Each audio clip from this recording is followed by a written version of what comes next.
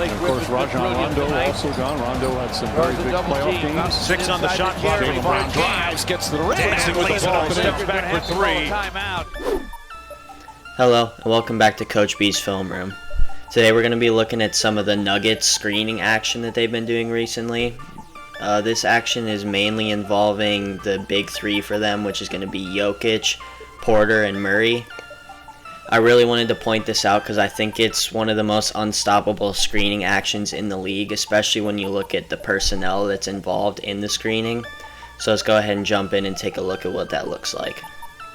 So let's go ahead and break down the screening action first. Jamal's going to have the ball at the 1, and MPJ is the 3, and Jokic is going to be the 5 on this breakdown. So to start, Jamal is going to swing the ball to the wing, and then Jokic is going to come set that UCLA screen for Jamal at the elbow, and that's the first option, is looking for Jamal as a cutter. If that's not open, MPJ swings it up top to Jokic, and then Jamal comes and sets a back screen for MPJ for a lob. That really only works because Jokic is such a good passer from the 5 spot. If neither of those options are open, Jamal then comes back around and they run a dribble handoff on the wing, and that's the final action that's going to run through. So let's go ahead and take a look at this in live action time.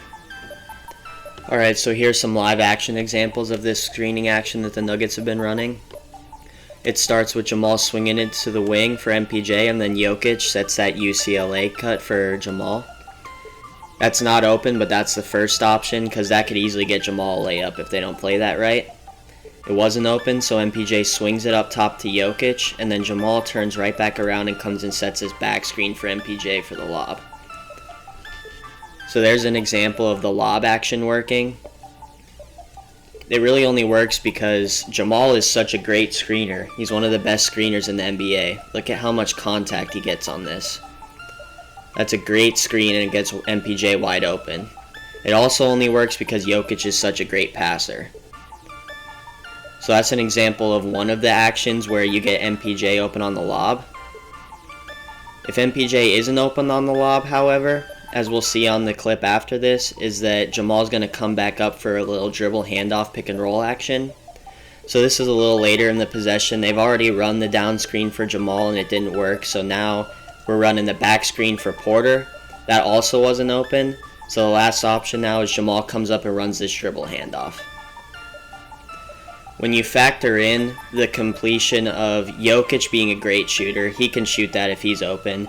MPJ is probably open on the cut sometimes. Jamal's great at running the dribble handoff. He can shoot, he can attack, he can find Jokic on the roll even if this jump shot when he comes up to the top isn't open. There's really just a combination of all kinds of reads and all kinds of options. And when you add up all the different skill set that this personnel has, this little 3-man screening action really becomes impossible to stop.